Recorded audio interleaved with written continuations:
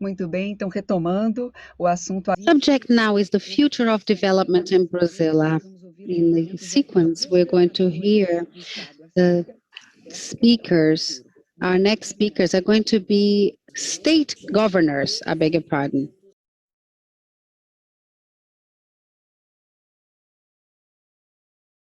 So thank you, Sergio Guzmão, for the invitation, and it is a pleasure being here in this virtual event. So thank you for the invitation, for me to participate. The very important event for the development agenda and for the economic development of our country. As we all know, since last year, we left normality, or so-called normality, and we went into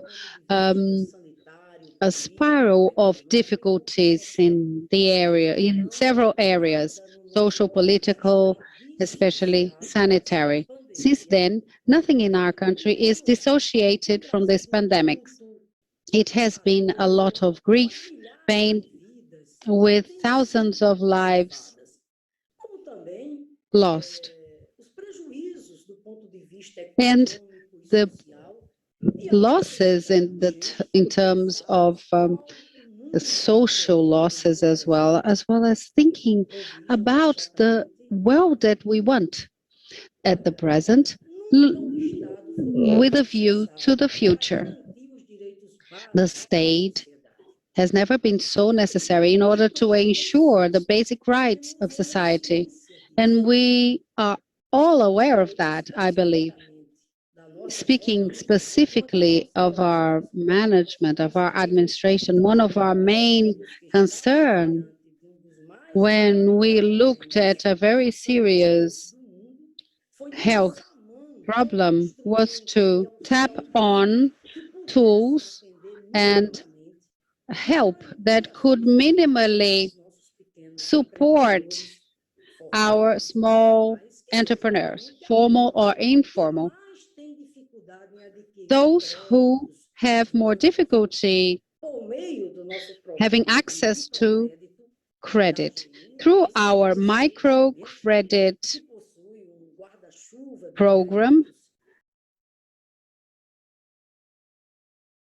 we used our development agency of our state called the AGN, and we are helping small entrepreneurs to go through this crisis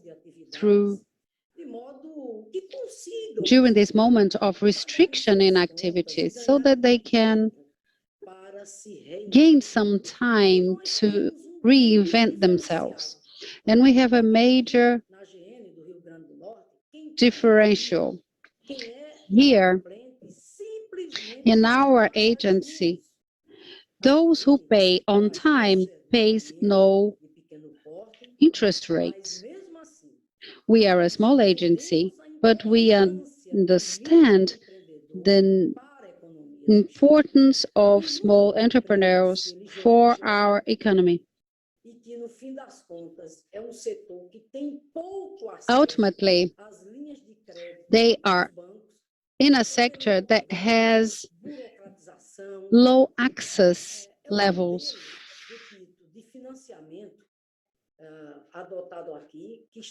low access to credit when they go to large banks. And our program is inspiring other states. I will show you some numbers. In our administration, in little more than 2 years, has financed 90.8% of the resources that were financed by the previous administration in 4 years. We have covered over 13,000 entrepreneurs with over 8 million reais. And we increased our resources last year during the pandemic.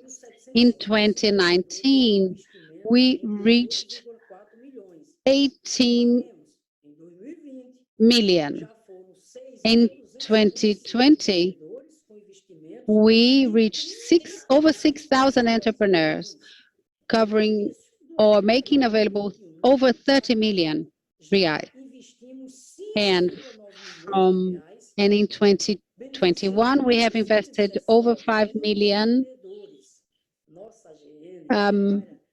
reais, covering over 1,000 entrepreneurs. We work in partnership with several secretariats of our state, earmarking resources to family farming, solidarity economies, and youth, informal entrepreneurs, tourism, and we work with Gerais to work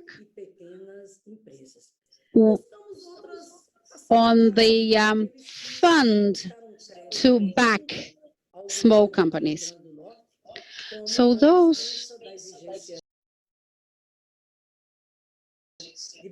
who have come to us, we have facilitated their access, such as waiving some documents so that access to credit is streamlined. In these difficult times, in an unprecedented sanitary crisis, this is the guidance that we received from our governor, the governor of our state, so that we are close to the entrepreneurs and so that we can help them.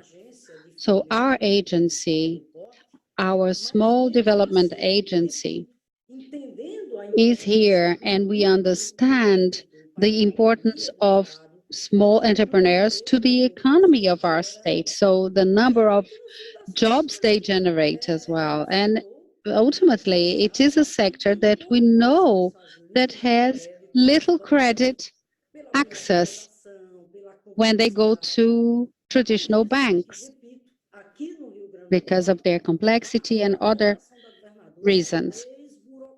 So I repeat, here in Rio Grande do Norte, the state governor has commanded us to streamline the process so that we can reach those who need credit. The model of financing that we are adopting here is inspiring other states. Now we are going to show some numbers.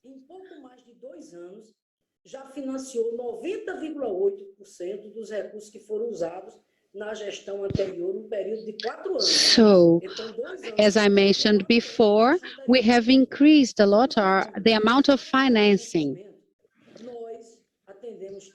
We have covered over 13,000 entrepreneurs with 52 million reais.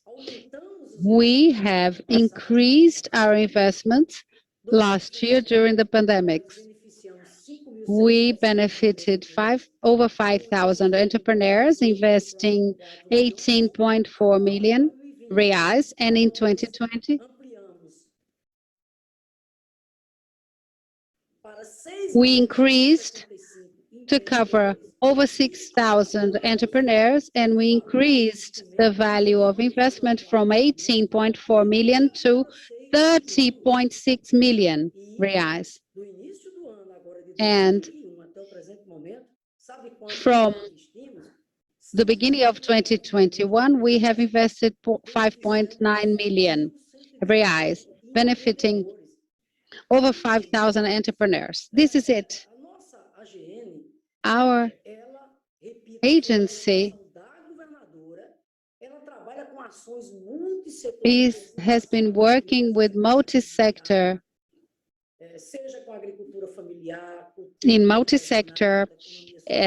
approach, with family farming, with entrepreneurial youths, with tourism, and in addition to the operation for supporting small and micro companies with Gerais. So we are seeking a path to help and facilitate for those who need credit. This is our duty, our mission, So at AGN, the word of order is debureaucratize, simplify, streamline. So to facilitate, I repeat, the credit access to those who need it. And so we have provided several mechanisms to facilitate this access. So the waiver of requirement of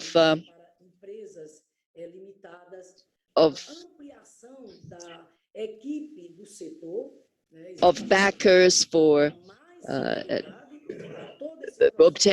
requesting credit, and so to accelerate the whole process of credit and a specific online platform to cater to those who are seeking credit. And we also have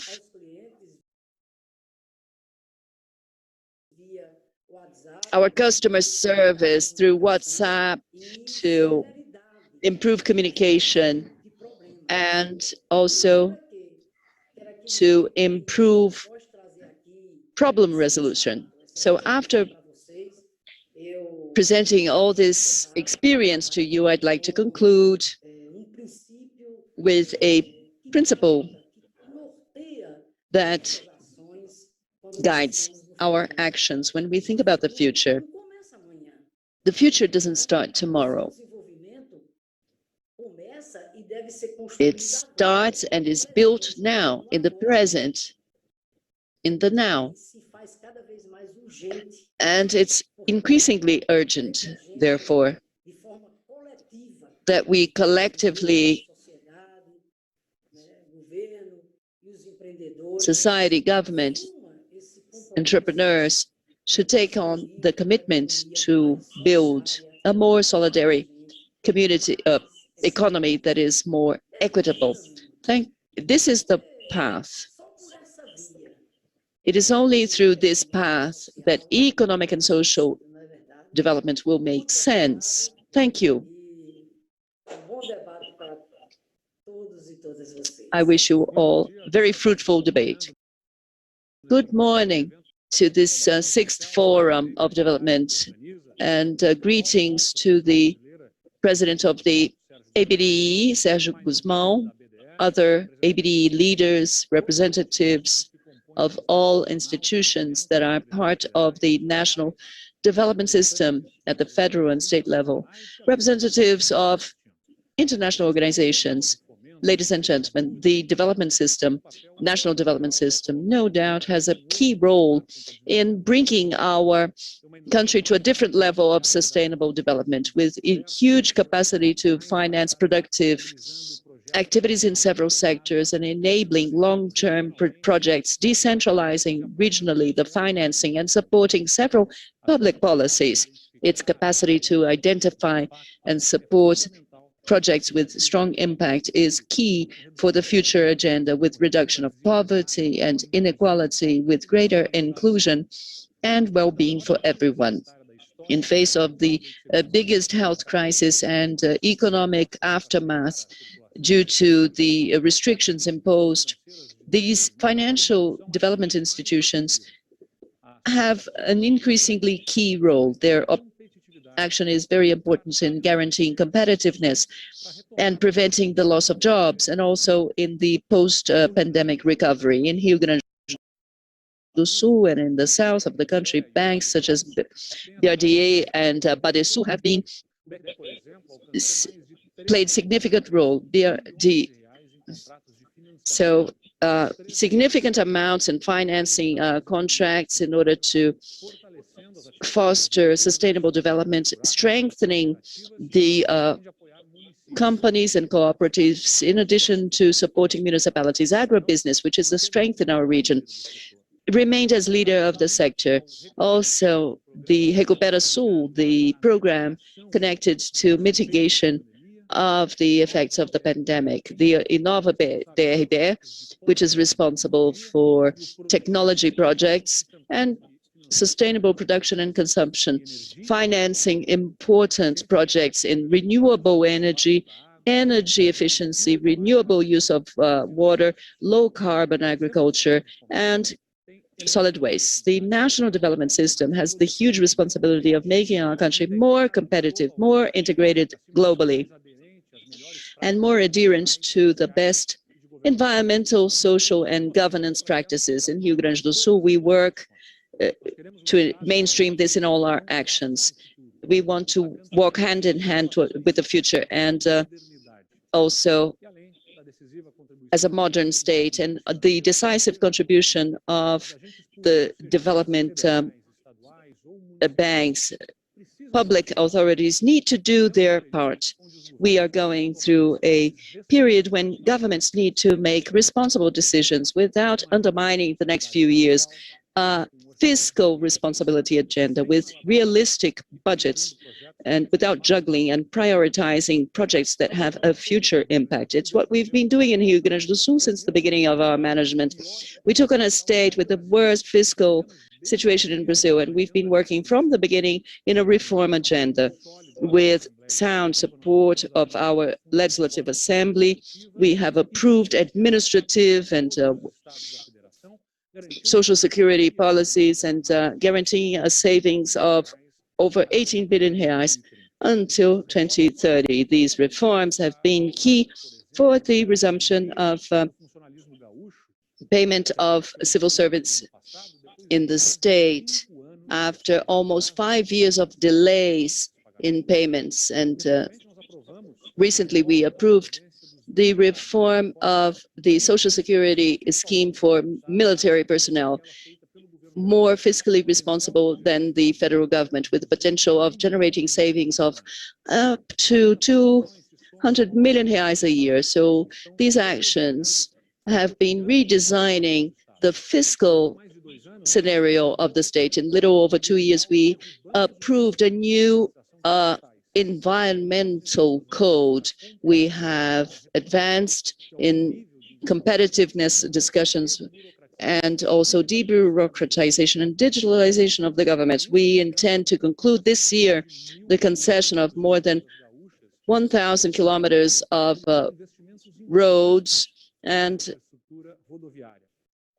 recovering our road infrastructure. And we have reduced taxes during the pandemic. And so these are significant actions resulting from political actions focused on transforming the state. And this whole process did not occur due to unilateral imposition. It was always through dialogue and respect and clarity and negotiation. In the resolution of our conflicts and challenges, political and administrative challenges, I was, for instance, personally to the trade unions, entering dialogue with them so that all sectors involved could express their perspectives, respecting each one, even the opposition. All the discussions involved the state representatives, the representatives of the states,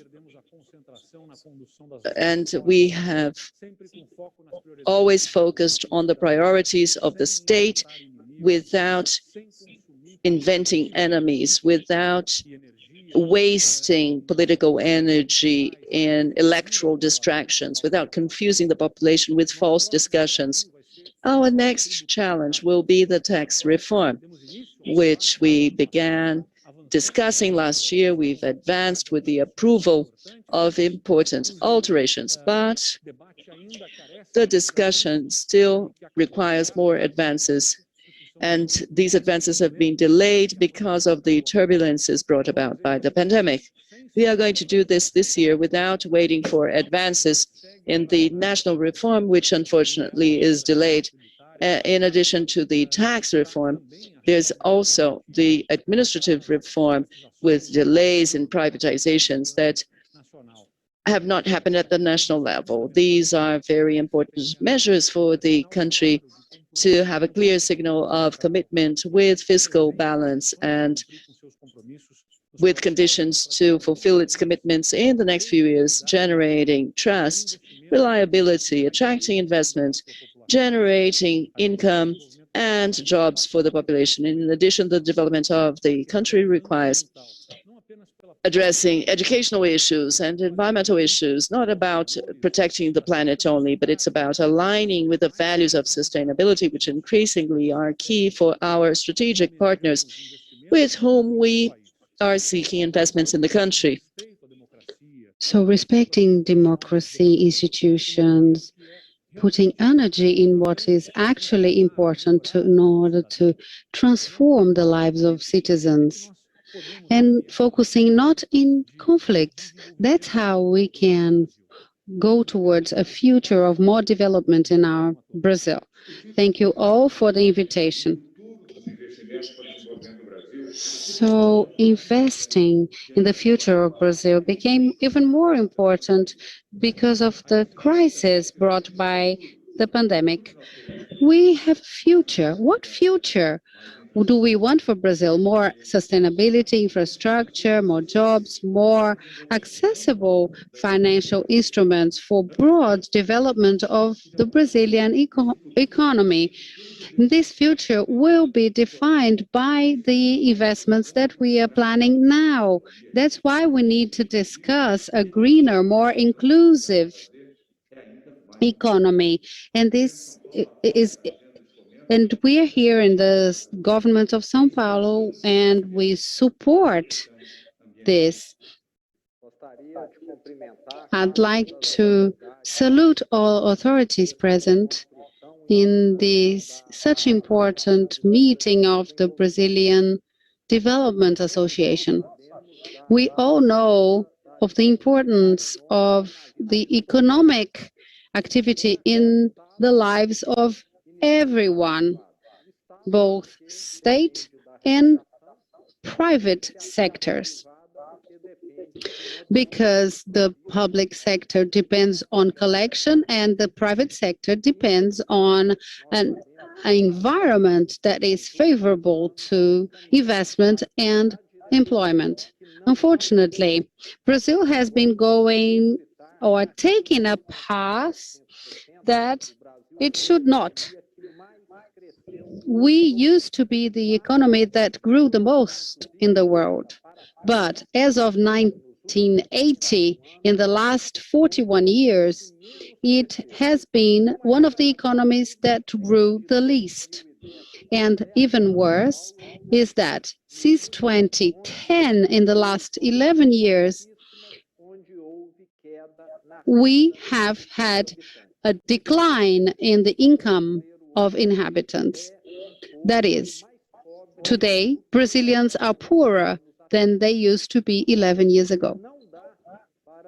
And we cannot dissociate the economy from politics. Brazil retrocessed because of political problems. And what happened in the last 11 years? Impeachment, corruption, and several scandals. In 2015, 2016, I used to work in the private sector, and I saw the market of my company in few months reduce 30–40%. And I was obliged to dismiss a large amount of my staff. Brazil ends up being hostile to investment. Sometimes it is too good, sometimes it is too bad, and all this is brought about because of political problems.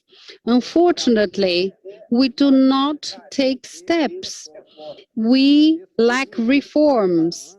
In the last 40 years, very few were done, and they all were concentrated in the last 3 or 4 years. We had the labor reform in the Temer administration and the Social Security reform 2 years ago. Apart from those two that were more profound, very little was done in the last decades. We are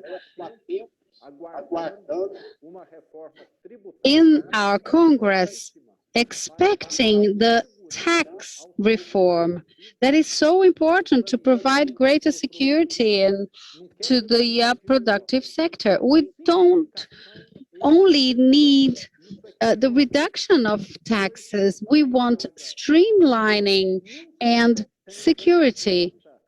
When we pay our taxes, we never know whether we are paying it correctly. If we pay less, we're going to be penalized for that. If we pay more, we're going to have to go into justice, and God only knows when they're going to be reimbursed.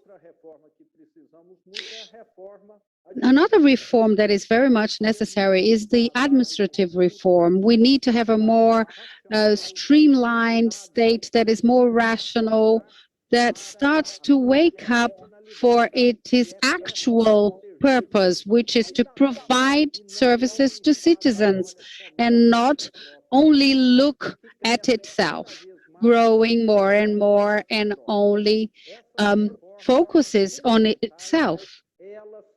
These reforms are essential, they are crucial, they are those that will bring about a fairer society with economic balance. And a good economic environment will bring more investment, and a more concise and streamlined state will not be a weight to society. I am optimistic regarding Brazil. Sometimes we have to go to a limit situation in order to carry out reforms. Maybe this is the case of Brazil.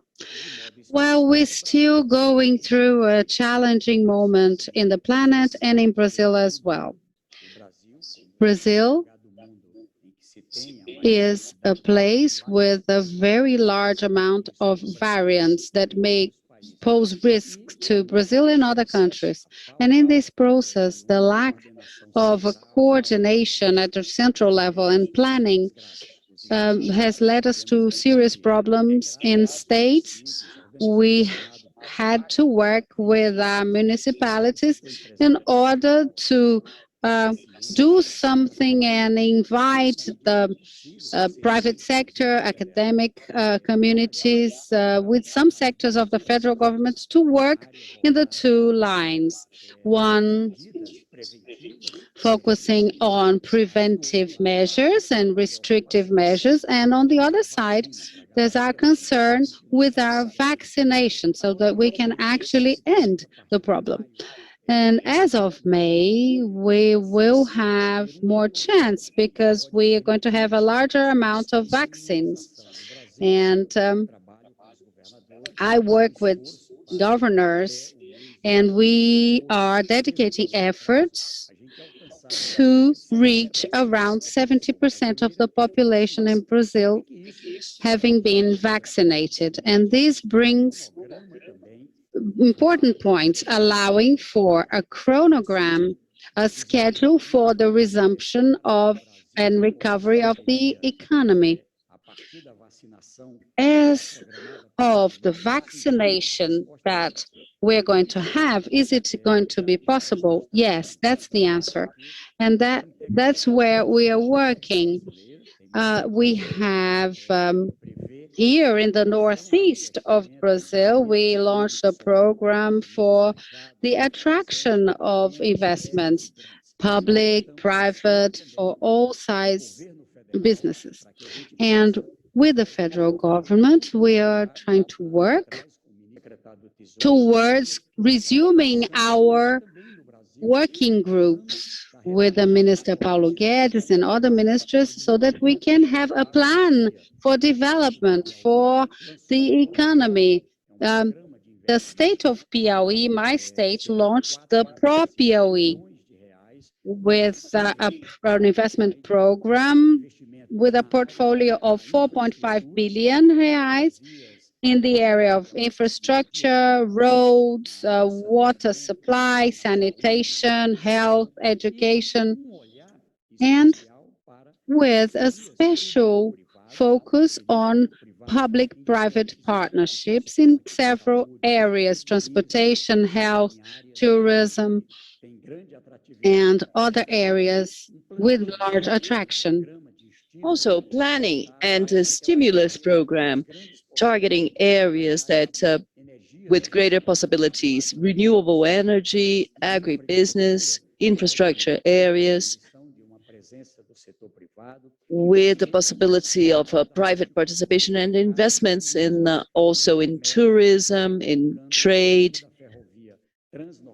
with the Trans-Northeastern Railway, placing hubs in development areas, with PPPs for airports such as in Parnaíba and Teresina, São Raimundo Nonato as well, alterations to attract integrated investments. And I'd like to point out also the focus on attracting investments from Brazil and from other countries.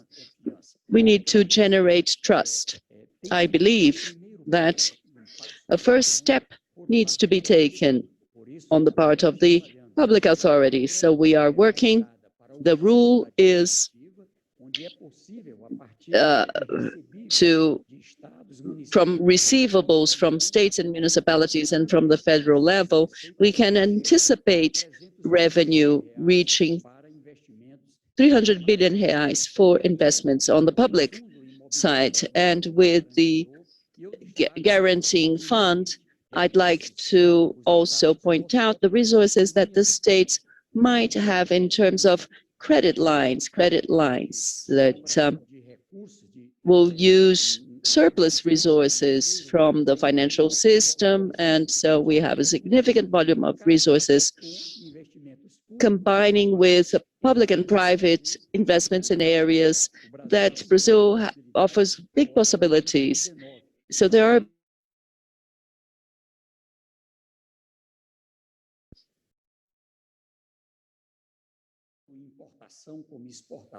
imports, exports, and so we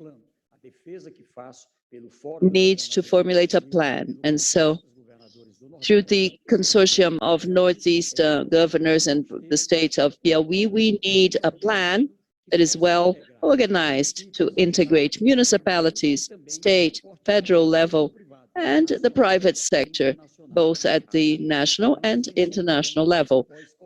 So we are going to tackle the post-COVID and guarantee income generation with support to entrepreneurs in our country. Hello, greetings to all of you who are participating in the 6th Development Forum of the ABDE. Special greetings to Rafael, director of the in the association, director of the Goiás Development Bank. We have also suffered the impact on our economy. Our big competitor enemy is the virus, an invisible enemy that has been affecting the whole world. But we were the first to act in our state. We quickly created the recovery secretariat in our state, seeking to decrease the economic impacts of the pandemic. Several programs were created to ensure jobs, such as more jobs, more credit. And we have also been working towards regional development. The manioc beer is an example. We promoted a public-private partnership for making beer from manioc that we purchased from family farmers. We also created the recovery caravan to study the potential of each region in the state and produce a diagnosis of the economic and social situation. So we will know what is most urgent, and we will better target the government's actions. Goiás Fomento was also very important so that the economy of Goiás would not suffer even greater impact. Last year, just to give you an idea, we provided 60 million and more than 600 companies in the tourist sector in the state, one of the most affected sectors by the pandemic. This credit line provides special conditions for working capital of these companies, where entrepreneurs have 60 months to pay the loans with very affordable interest rates and grace of up to 12 months for the beginning of payment and amortization. Last year, we also provided another emergency credit line for working capital for micro and small entrepreneurs. R500,000 were made available for us to make for payment of taxes, of labor, and other fixed costs. This year, we provided more than 112 million at zero interest for loans at zero interest rates, also to help micro and small entrepreneurs during the difficulties imposed by the second wave of the pandemic. Beneficiaries have 6 months of grace and up to 36 months to pay the loans. No staff member, but there is a condition, no staff member should be dismissed. So this is just one of our programs to support entrepreneurs, facilitating access of entrepreneurs to credit lines and with much reduced bureaucracy. And proof that our actions are being successful is that in 2020, more than 26,000 companies were opened in Goiás. According to a survey by Joseg, this is the highest figure of the last 5 years. Also helping our economy is our agribusiness, accounting for 66.6% of all exports in Goiás, just in the month of Goiás. So we are the third producer of grain in the country, according to CONAB data, with a highlight to maize and sorghum and soya. In stock raising, we are second in the country with a distinguishing feature. Here, agro is hand in hand with the environment, and we take this very seriously. Just to give you an idea, we've been working with a focus on green economy and taking into account our natural resources. We're talking about minerals, soil, vegetation, especially water. Since my administration began, we have firmly managed efficiently our water resources. In the beginning of my administration, in the first semester 2019, we launched the program Together for Araguaia in partnership with Governor Mauro Mendes of Mato Grosso, the biggest project for environmental recovery in the world. It's been advancing year by year, recovering the margins and the sources of the Araguaia in an area of over 10,000 hectares. In 2020, we began the construction of the Center for Forest Studies to produce cuttings that will be planted in a huge area in Goiás and in Mato Grosso. We have also made a revolution in environmental licensing. In Goiás, the process was very bureaucratic with many economic bottlenecks and little social promotion. The process has now been fully modernized thanks to the new environmental licensing law of Goiás, which is the most advanced in the country. In the last 20 years, it used to take up to 10 years to obtain a license in the state, but with the new law, the deadline has been reduced to a month for rural producers to obtain their license. This does not mean that Goiás is delivering licenses without any criteria. On the contrary, our Environment and Sustainable Development Secretariat has created the IP system, not only eliminating bureaucracy in the issuance of licenses, but also reduced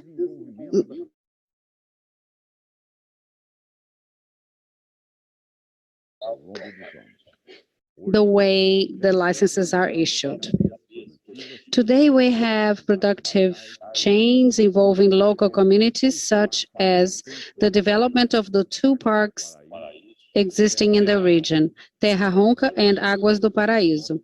And we have now seen the reflections of our work.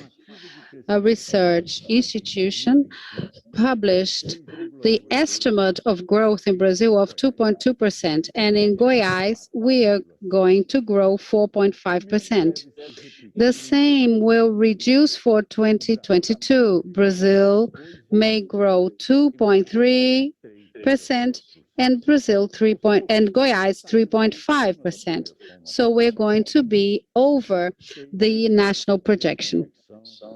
So I am convinced, and I know that the moment is not easy, but I have no doubts that we're going to recover the economy here in Goiás and even improve it.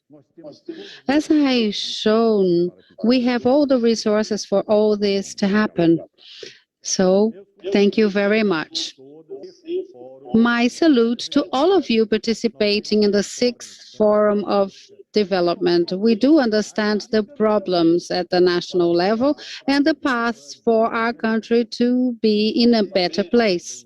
We know that the pandemics of the coronavirus has highlighted aspects that are structural and have marked the history of our country, especially relating the increase of regional and social inequalities. We have a scenario that is very challenging because together with these structural aspects, there are other topics, other problems, such as the crisis in productive chains, a supply and demand crisis, as we can see with the problems in several sectors of the economy, tourism, etc. And there is economic disorganization. We have seen a growth in poverty, hunger, inflation that is quite concerning. We also have the problem of unemployment, lack of perspective in terms of occupation for millions of Brazilians. We need to see the perspectives, the right perspectives. A good line of thought that would lead to good deliberations may and should take into account international experiences. We just heard about the Biden plan, including strong presence of the President of the United States in the U.S. Congress, reinforcing that. The state is a planner, a regulator, a tutor, an organizer of the economic development. And this idea is being reinforced at the global level. A more progressive taxing system that is able to generate financing for public policy that are essential for the confrontation of inequalities. Fighting inequality is not just about social justice. It is justice, essential, but we need to understand that a country of our size cannot leave or cannot dissociate from its driving force of the economy. We know there are problems, shutdown, even a problem of shutdown in the financial execution. So we need to think about restructure the state and also how to finance it, as we can see now in the US. We also have a strong perspective presented by President Joe Biden, including the topic of the green economy. And we need to incorporate in the Brazilian environmental agenda the understanding that we do a lot regarding the environment, and we need to do more, not only because of our international commitments, but especially because of the interests of our nation and our population. The LEAF initiative launched in this Leaders Summit is also important, but we have the Amazonian Fund, we have the payment for environmental services, we have so many other discussions so that we can have the transition to a green economy and a low carbon economy. Here in my state, we launched a program with 4 main axes to include sustainable production, infrastructure, and green infrastructure. And we would like to invite you all to dialogue, to have a dialogue towards a good development project that is fair and sustainable, so that we can turn the page and go towards union and togetherness for us to reach the essential objectives for our country and our population. Thank you.